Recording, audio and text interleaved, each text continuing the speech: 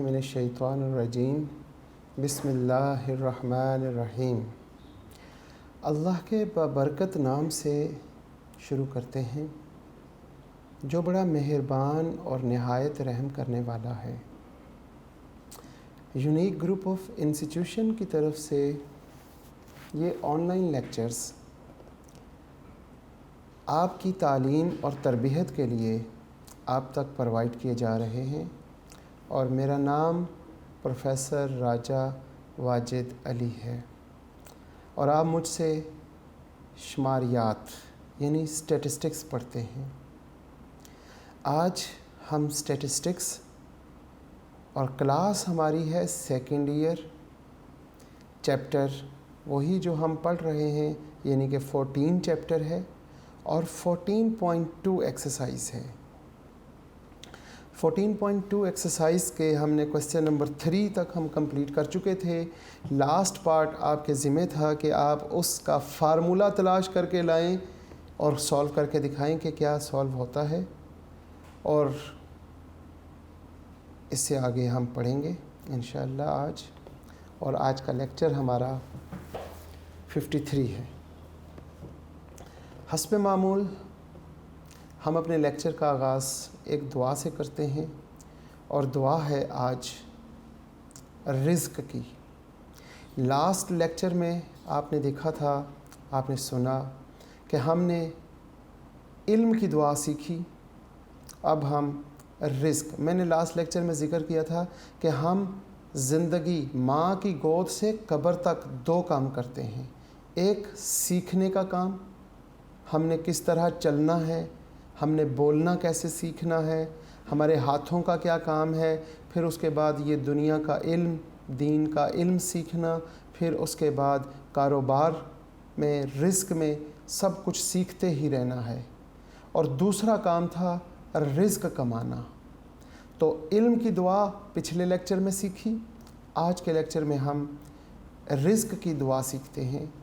अल्फाज वही रखते हैं क्योंकि हमारा रब भी हमें अल्फाज सेम रखते हुए आगे सिर्फ़ कुछ लफ्ज़ चेंज करने से पूरी दुआ को चेंज कर देते हैं।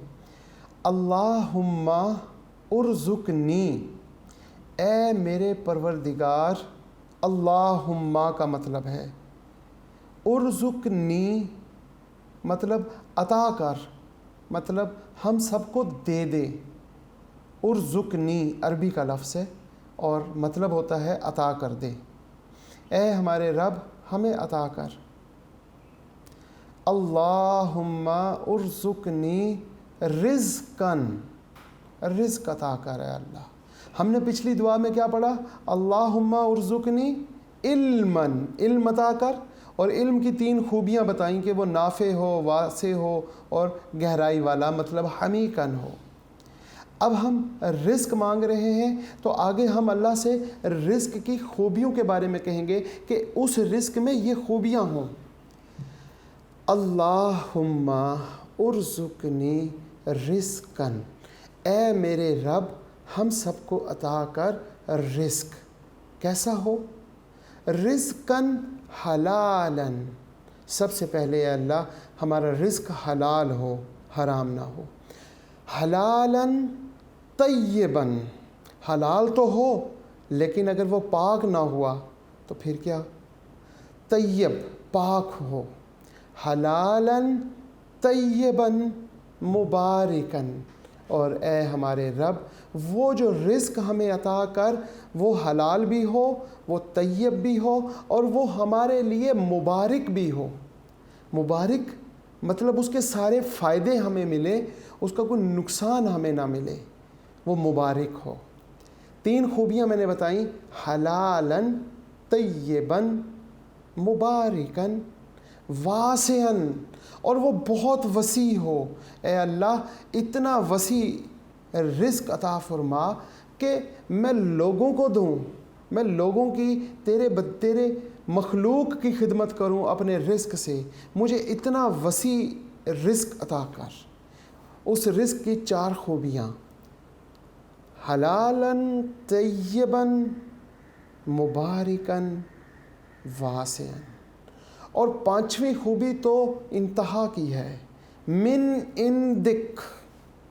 पांचवी खूबी क्या हो उस रिस्क की, मिन इंदिक, ए हमारे अल्लाह जो रिस्क हमें अता कर तो वो हमें तो खुद डायरेक्ट अता कर, हमें रिस्क मिलने में कोई वसीला ना डाल, हमें किसी का मोहताज ना कर। मिन इंदिक, हमें किसी का मोहताज ना कर, ए अल्लाह हमें सिर्फ़ और सिर्फ तू अपना मोहताज रख, हमें तू सिर्फ अपना मोहताज रख, हमें किसी का रिस्क के मामले में किसी का मोहताज ना रखें। ये है पांचवी खूबी, मिन इंदिक। तो ये 5 खूबियों वाला रिस्क अपने रब से मांगेंगे। रब कहता है कि मुझसे मांगो मैं दूंगा, और मांगो मैं दूंगा, और इतना मांगो और हर वक्त मांगते रहो और मैं हर वक्त खुश होकर देता रहूँगा। अल्लाह पाक फरमाते हैं कि इंसान जिस तरह का गुमान मेरे तरफ करता है मैं उसके लिए उसी तरह का बन जाता हूँ। तो ज़रा अज़ीज़ तलबा व तालिबात अपने रब के साथ ताल्लुक़ जोड़ के तो देखें, तो रब उसी तरह का होगा जिस तरह का आप सोच रहे होंगे। और रब का ताल्लुक़, रब के साथ ताल्लुक़ कैसे जुड़ेगा, मैंने एक लेक्चर बहुत पहले आपको दिया था, शायद वो बातें भूल गई हों, दोबारा से रिपीट करता हूँ। ताल्लुक़, एक एग्ज़ाम्पल दी थी चक्की की, कि चक्की में जब हम दाने डालते हैं और उसको घुमाते हैं और घुमाते रहें, वो जो दाने होते हैं गंदम के या मकई के, वो आटा बन जाते हैं पिस के। फिर जब चक्की को उठाया गया, ऊपर वाले पलड़े को निकाला गया, तो देखा उस चक्की में डाले हुए कुछ दाने बच गए पिसने से।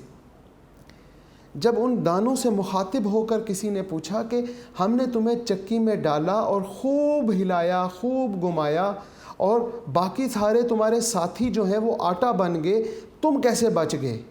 तो दानों ने क्या खूबसूरत बात कही कि चक्की ऊपर घूमती रही, हम दरमियान में रहे, लेकिन हम उस के करीब हो गए जिसका ताल्लुक़ नीचे वाली चक्की का ऊपर वाली चक्की के साथ था। वो जो जॉइंट था जिसके साथ एक दूसरी चक्की आपस में मिली हुई थी, वो दाने जब उसके करीब हो गए और वहाँ पर थोड़ा सा खला छोड़ा होता है ताकि चक्की घूमने में आसानी हो जाए, और उस खला में जब चले गए और उस जॉइंट के करीब चले गए जिसका नीचे वाली चक्की का ऊपर वाली पोर्शन के साथ ताल्लुक़ था, उसके जब करीब चले गए तो वो दाने कहते हैं कि हम तो बच गए। इसी तरह आज ज़मीन वालों का ताल्लुक़ जो आसमान वालों के साथ है, उनके करीब होने से हम भी बच जाएंगे, आटा बनने से, पिसने से। इस दुनिया की चक्की में जो हम पिस रहे हैं, अगर हम क्या करें कि हम उसके करीब हो जाएं जिनका नीचे वालों का ताल्लुक़ ऊपर वाले के साथ हैं, और वो सिर्फ़ और सिर्फ अगर आप देखें तो हमारे प्यारे नबी हज़रत मोहम्मद सल्लल्लाहु अलैहि वसल्लम हैं। और जब हमारा ताल्लुक़ हम अपने आप को करीब करेंगे हज़रत मोहम्मद सल्लल्लाहु अलैहि वसल्लम के करीब, तो उनका ताल्लुक़ डायरेक्ट ऊपर अल्लाह के साथ है, और उनके करीब जाने से हम भी बच जाएंगे पिसने से। बहुत शुक्रिया। आज के लेक्चर का हम आगाज़ करते हैं, और वो है क्वेश्चन नंबर 3 और उसका सी पार्ट। क्वेश्चन नंबर 3 का जनाब सी पार्ट है, मैंने लास्ट टाइम आपको दिया भी था, और मैंने कहा था कि आप इसका फ़ार्मूला कहीं से तलाश करें, और इसका फ़ार्मूला शायद आपको मिला है या नहीं। अब हम देखते हैं। क्वेश्चन नंबर 3 का सी पार्ट कहता है, for a set of 8 pairs of observation we have. क्या चीज़ गिवन है जनाब? समीशन एक्स स्क्वायर नहीं, सबसे पहले तो समीशन एक्स गिवन है 448, फिर समीशन वाई 472, फिर समीशन वाई स्क्वायर 29958। इसके साथ उसने दिया समेशन एक्स वाई वो है 26762 और standard deviation of x 16.6। Calculate the coefficient of correlation. आपके पास क्वेश्चन क्या है? कैलकुलेट द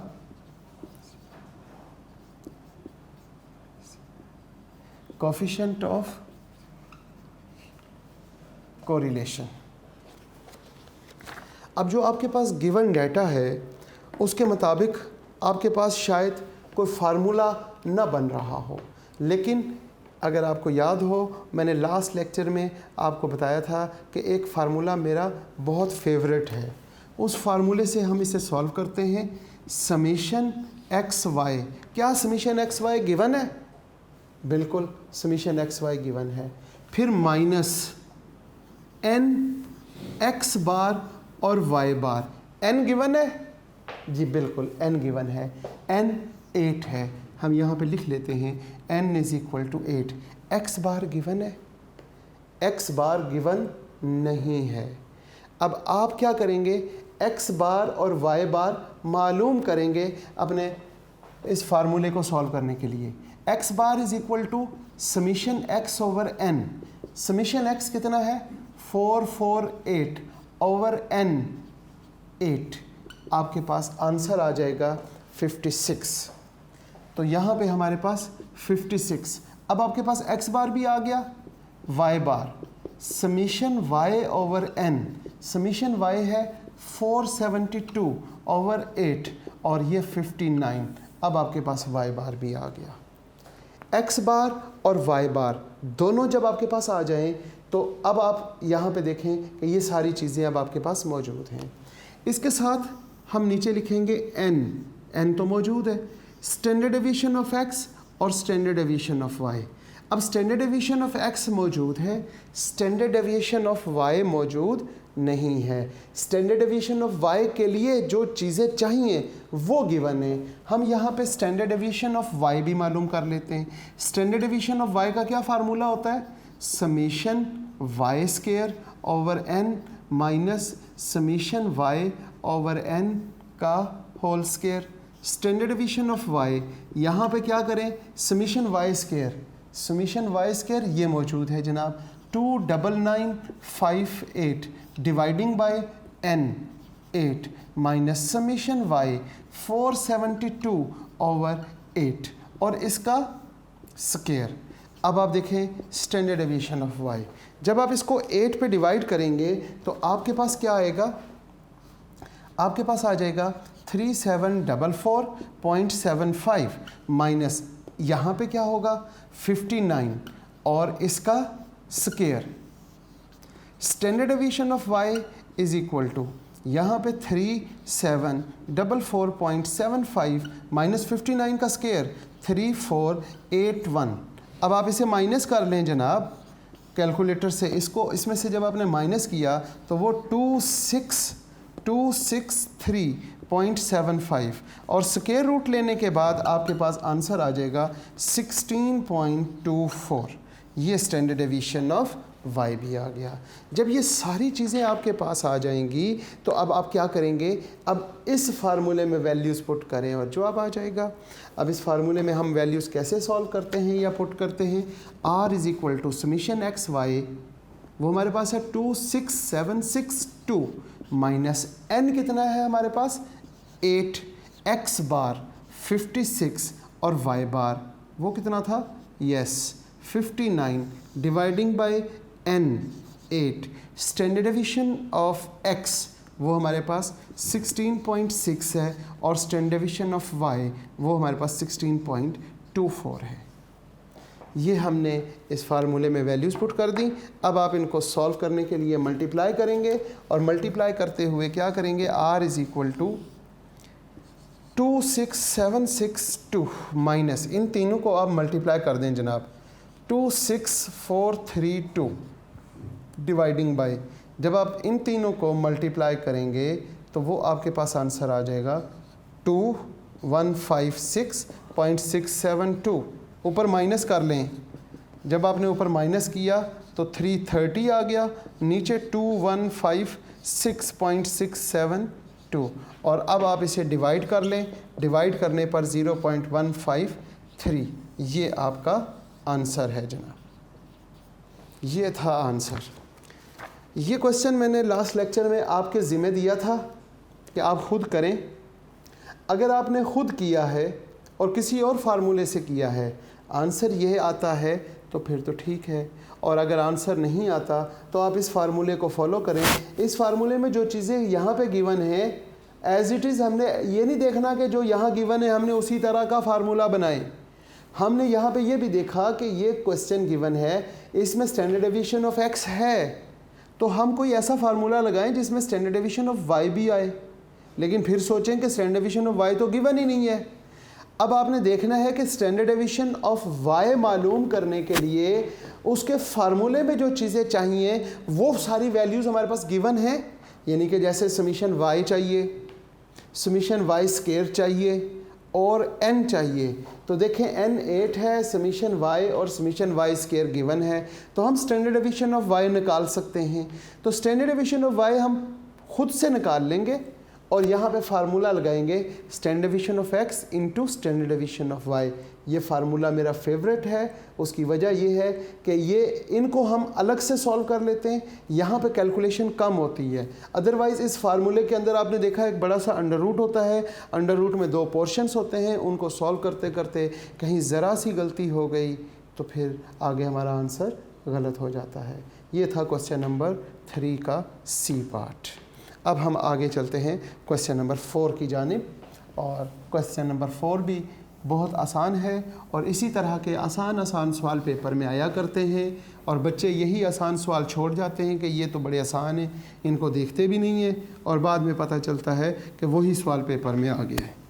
इसलिए मेरी कोशिश होती है कि जो बच्चे मुझसे पढ़ें तो कोई भी सवाल छोड़ के ना जाएं, कोई भी सवाल आ जाए वो बच्चा कर लेता है। फिर हम क्वेश्चन नंबर 4 के ए पार्ट की तरफ चल रहे हैं और मैंने ये बताया था कि ये बहुत आसान सवाल हैं। पेपर में तकरीबन इसी तरह के आसान सवाल आया करते हैं। सवाल है जनाब, for a set of 50 pairs of observation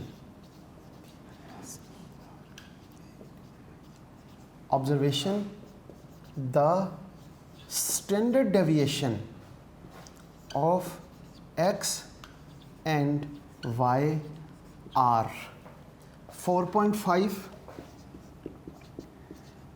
and 3.5.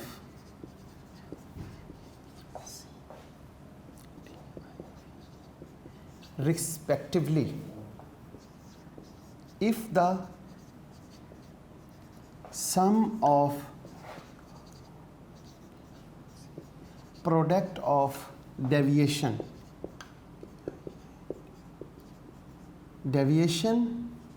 of x and y values from their respective means be 420. Find curl Pearson's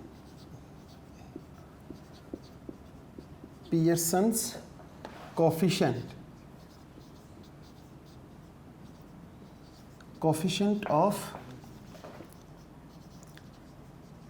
correlation. Curl Pearson एक स्टैटिस्टिशियन का नाम है जिसने कोरिलेशन को ड्राइव किया था।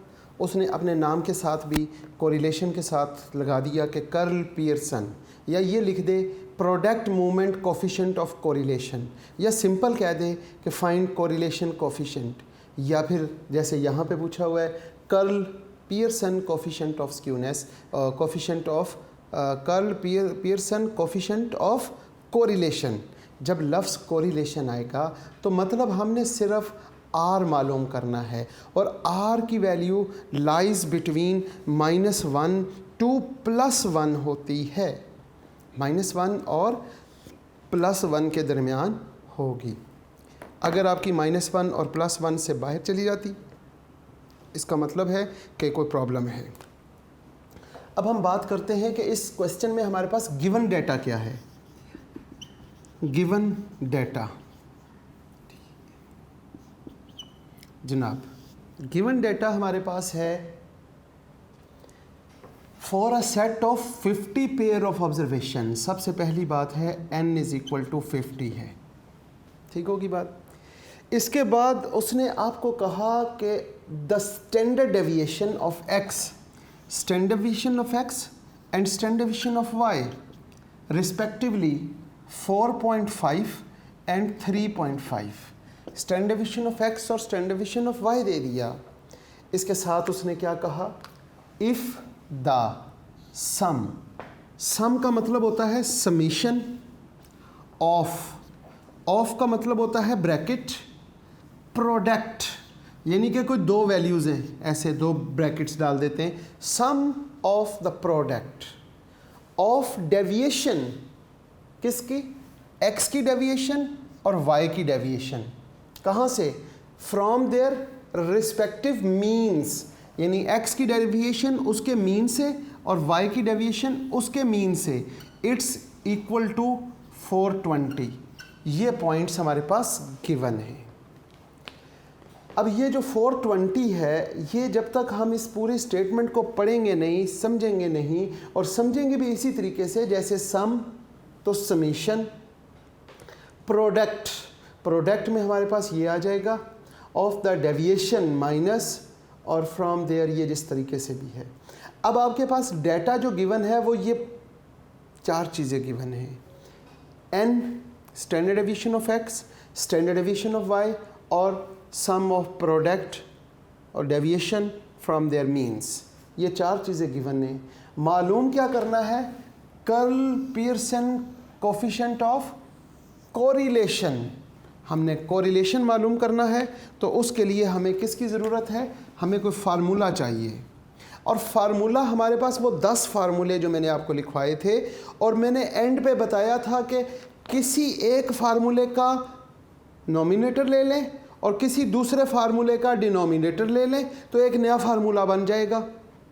अब जैसे अगर आपको याद हो तो मैंने एक फार्मूला r का लिखवाया था, summation x minus x bar y minus Y bar dividing by summation x minus x bar का स्केयर और summation y minus Y bar का स्केयर और स्केयर रूट। अब ये फार्मूला यहाँ पे अप्लाई होता है। देखिए ऊपर जो हमें summation x minus x bar y minus Y बार है वो तो हमारे पास मौजूद है।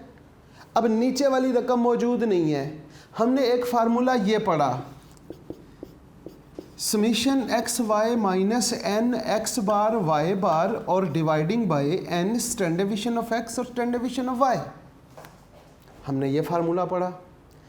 अब हम अगर देखें तो n हमारे पास है, ठीक है, स्टैंडर्ड डेविएशन ऑफ x और स्टैंडर्ड डेविएशन ऑफ y भी है, x बार y बार नहीं है हमारे पास, समीशन x y नहीं है। अब ये फार्मूला भी नहीं लगा सकते, ये भी नहीं लगा सकते। अब हम अपने पास से इन दोनों फार्मूलों में से एक फार्मूला बना लेते हैं, और वो फार्मूला क्या होगा, नोमिनेटर इसका ले लें क्योंकि हमें नोमिनेटर गिवन है, समीशन x माइनस एक्स बार और y माइनस वाई बार और डिवाइडिंग बाय डिनोमिनेटर इसका ले लें n standard deviation of x और स्टैंडर्ड डेविएशन ऑफ y। ये आपका एक नया फार्मूला बन गया, और इस फार्मूले में आप अपनी वैल्यूज़ पुट करें और सॉल्व करते हुए आंसर निकाल लें। आप ये देखें, summation x minus x bar into y minus Y bar, it's 420 dividing by n आपके पास 50 है, स्टैंडर्ड डेविएशन ऑफ x वो आपके पास 4.5 है और इसी तरह 3.5 है। अब आपने करना क्या है, आपने नीचे तीनों को मल्टीप्लाई कर देना है। r इज़ इक्वल टू, ऊपर तो 420 ही लिख लेते हैं और नीचे हम क्या लिखते हैं, मल्टीप्लाई करने के बाद 787.5 और r इज़ इक्वल टू 0.5333। ये आपके पास आंसर आ गया।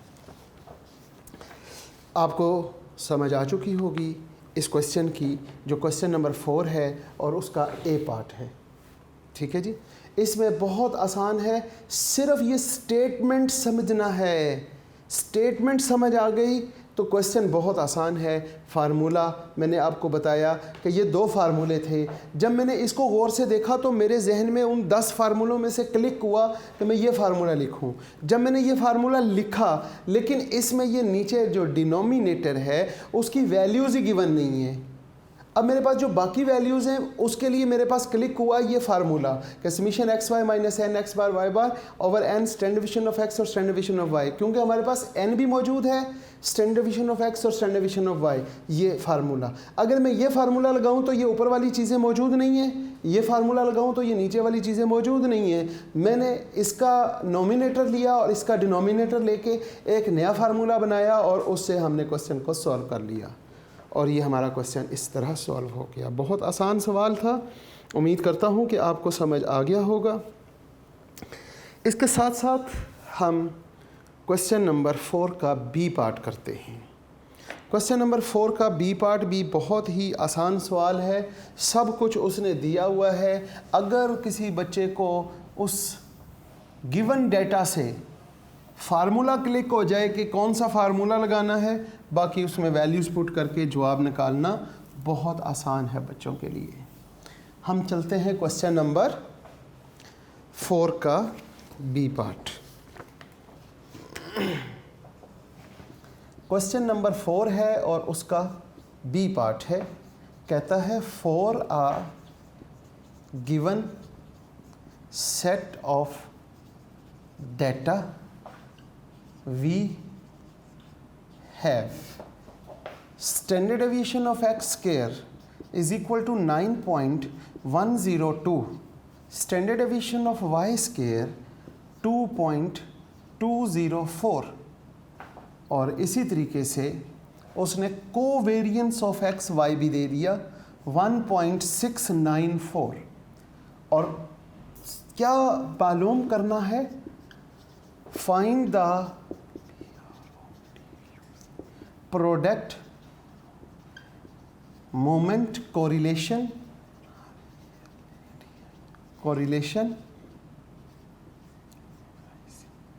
coefficient for the data। जो डेटा दिया हुआ है इस डेटा से आपने प्रोडक्ट मूवमेंट कोफिशिएंट कोरिलेशन मालूम करना है।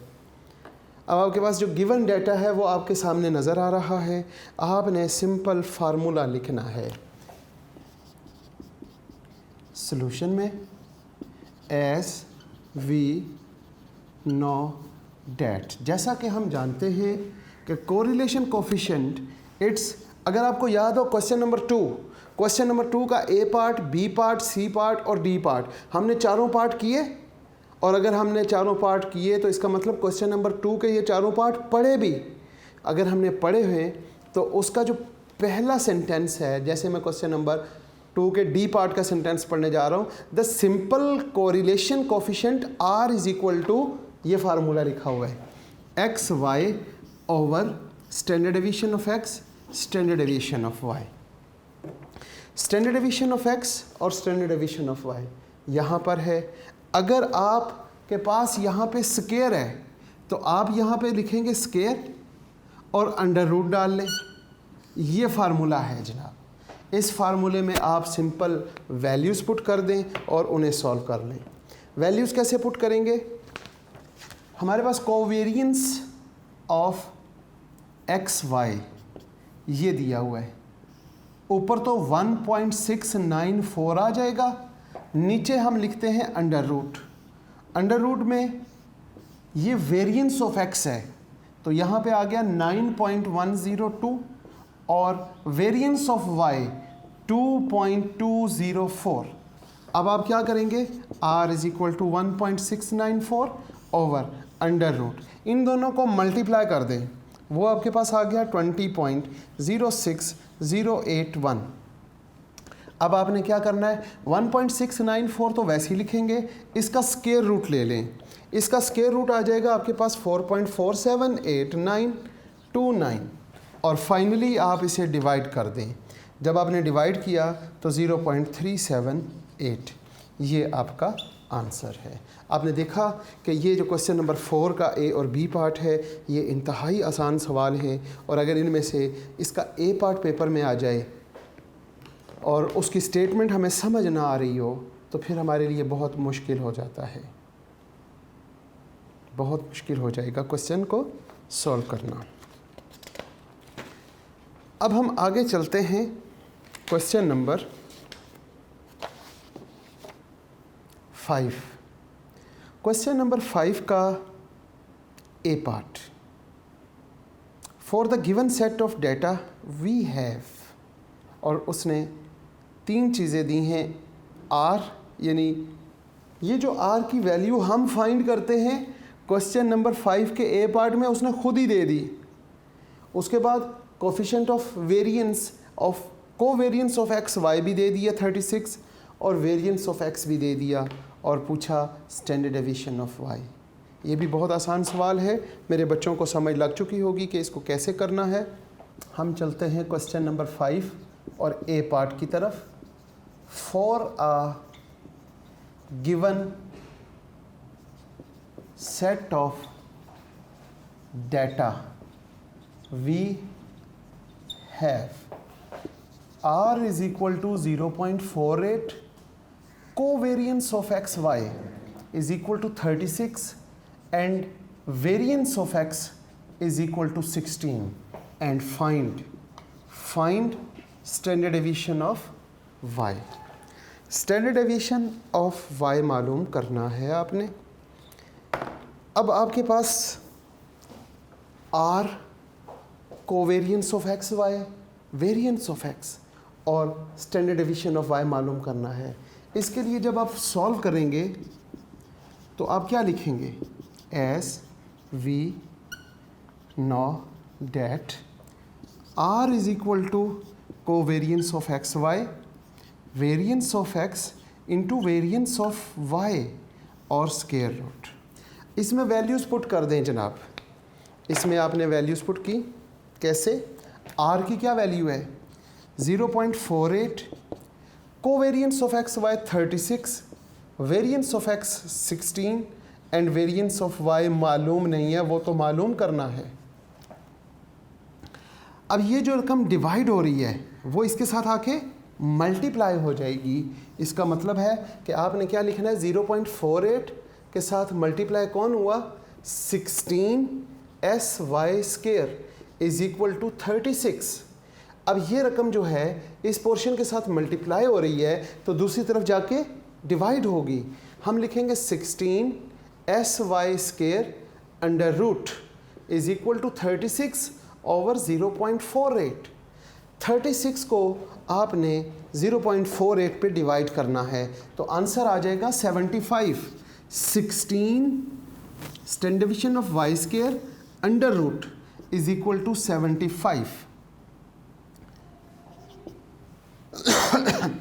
अब ये अंडर रूट यानी स्क्वायर रूट को ख़त्म करना चाहते हैं तो आपने लिखना है taking square on both side. 16 S y square under root और इसका हमने ले लिया स्क्वायर, और इसी तरह 75 का भी स्क्वायर ले लिया, स्क्वायर ले लिया। जब हमने इसका स्क्वायर लिया तो 5625 आ जाएगा। क्या आ जाएगा? 5625। यहाँ पे 5625, ये स्क्वायर रूट से कैंसिल हो जाएगा। Standard deviation of y square, अब आपने standard deviation of y square is equal to 5625 dividing by 16। जब आपने इसे डिवाइड किया तो आपके पास आंसर आ जाएगा स्टैंडर्ड डेविएशन ऑफ वाई का स्क्वायर, या दूसरे अल्फाज में वेरिएंस ऑफ वाई, वो 351.5625। अब यहाँ पे हमें स्टैंडर्ड डेविएशन ऑफ वाई चाहिए तो ये स्क्वायर ख़त्म करने के लिए क्या करेंगे? Taking square root on both side. यहाँ पे स्क्वायर रूट लेंगे standard deviation of y square और यहाँ पे भी स्क्वायर रूट लिख लेते हैं 351.5625। ये स्क्वायर रूट से cancel, standard deviation of y 18.75। ये आपका आंसर आ गया जी। क्वेश्चन नंबर 5 का ए पार्ट हमने कर लिया है और क्वेश्चन नंबर 5 के बी पार्ट में भी कुछ इसी तरह की बातें पूछी हुई है और इंतहाई अहम सवाल है। तकरीबन हर एक साल के बाद ये किसी ना किसी बोर्ड में रिपीट होता है, या मैं यूँ कहूँ कि हर साल पंजाब के 8 या 9 बोर्ड हैं, उनमें से 2 या 3 बोर्ड में ये हर साल पेपर में आता है। ये बहुत अहम सवाल करने जा रहे हैं। क्वेश्चन नंबर 5 का B part. For a given set of data we have r is equal to 0.5, summation x minus x bar, y minus y bar is equal to 120, standard deviation of y is equal to 8, summation x minus x bar का square is equal to 90, find the number of pairs, मतलब find the value of n की value मालूम करनी है। तो ये सवाल आपके ज़िम्मे दे जाता हूँ कि अब आप इस क्वेश्चन को आप ख़ुद घर से करें, कोशिश करें कि find the value of n आए। अल्लाह से इल्म जो आप मांगते हैं तो फिर अल्लाह से मांगा करें, ये हेल्पिंग बुक से हेल्प ना लिया करें। जो आपके जहन से इल्म पैदा होगा, जो आपके जहन से इल्म हासिल होगा, वो हेल्पिंग बुक वाला इल्म उससे बेहतर है। तो इसलिए कोशिश करें, क्योंकि मैं आपको जब इस बुक की हर एक्सरसाइज का हर सवाल समझाता हूँ, चाहे वो आप क्लासरूम में मुझसे पढ़ रहे हो, चाहे मुझसे ऑनलाइन लेक्चर्स ले रहे हैं, अगर आपको याद है कि मैंने चैप्टर नंबर 10 करवाया, चैप्टर नंबर 17 किया, चैप्टर 14 हमारा हाफ से ज़्यादा हो चुका है, तकरीबन 70% या 75% के करीब हम पहुंच चुके हैं। और अगर आपको कोई सवाल ऐसा याद है कि एक्सरसाइज में वो मौजूद हो और मैंने ना करवाया हो, तो वो निकाल के मुझे दिखाइएगा। ऐसा कोई सवाल नहीं होगा। जब मैं आपको एक एक सवाल करवा रहा हूँ और जो सवाल आपके ज़िम्मे देता हूँ वो इसलिए देता हूँ ताकि आपका जहन खुले और आप इंडिपेंडेंट हो जाएं, मुझ पे डिपेंड ना करें। और फिर अगर आप इंडिपेंडेंट होने के बजाय आप हेल्पिंग बुक के डिपेंडेंट हो जाएं तो फिर मेरा क्या फ़ायदा। इसलिए कोशिश करें कि हेल्पिंग बुक से इग्नोर करें। बाज़ बच्चे जो मुझसे पढ़ते हैं उन बच्चों को पता है कि अगर क्लास में मैं किसी बच्चे के पास भी हेल्पिंग बुक देखूं तो मैं लेके अपनी लाइब्रेरी में रख लेता होता हूं। और तकरीबन 20-25 साल से मैं पढ़ा रहा हूं तो मेरे पास बहुत ज़्यादा हेल्पिंग बुक्स जमा हैं। मैं बच्चों को हेल्पिंग बुक नहीं दिया करता। ख़ुद कोशिश करें। तो क्वेश्चन नंबर 5 का बी पार्ट आप ख़ुद कोशिश करें, नेक्स्ट लेक्चर में आपके साथ डिस्कस करेंगे। फिर आपने जो कोशिश की होगी उसको हमारे क्वेश्चन के साथ टैली करें। अगर देखें सही हो जाए तो फिर देखें कि आपको खुशी कैसी होगी कि आपने ख़ुद क्वेश्चन किया और वो सही हो गया। इस दुआ के साथ आज के लेक्चर का इख्तिताम करते हैं कि अज़ीज़ तलबा व तालिबात, आप जहाँ पे रहें खुश रहें, सलामत रहें, सेहत वाली और ईमान वाली ज़िंदगी अल्लाह पाक आपको अता करें। वालदैन का साया ताहयात कायम रखे और वालदैन और उस्ताज़ा की इताअत और फरमाबरदारी की तौफ़ीक़ अता फ़रमाए। आमीन। अल्लाह हाफ़िज़।